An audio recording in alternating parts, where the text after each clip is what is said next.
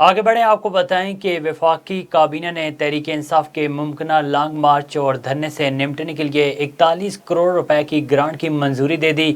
وزیر داخلہ رانا ثناءاللہ کے خلاف محکمہ اینٹی کرپشن کی جانب سے جاری وارنٹ گرفتاری کی مذمت کی گئی۔ وفاقی کابینہ کا اجلاس وزیر اعظم شہباز شریف کی زیر صدارت ہوا۔ شرکاء کو لانگ مارچ پر وزیر داخلہ کی طرف سے بریفنگ دی گئی۔ ذرائع کے مطابق وفاقی کابینہ نے 41 کروڑ روپے فنڈز کی منظوری دے دی۔ فنڈز ممکنہ لانگ مارچ اور دھرنے میں امن و امان برقرار رکھنے کے لیے مانگے گئے ہیں۔ وفاقی کابینہ نے وزیر داخلہ رانا ثناءاللہ کے خلاف وارنٹ گرفتاری جاری کیے جانے پر شدید الفاظ میں مذمت کی ہے۔ وفاقی کابینہ نے سائفر گمشدگی اور مبینہ آڈیو لیک سے متعلق جاری تحقیقات پر بھی غور کیا گیا۔ سیاسی صورتحال پر غور کے دوران وزیر اعظم نے تمام افسران کو کابینہ روم سے باہر جانے کی ہدایت کی ہے۔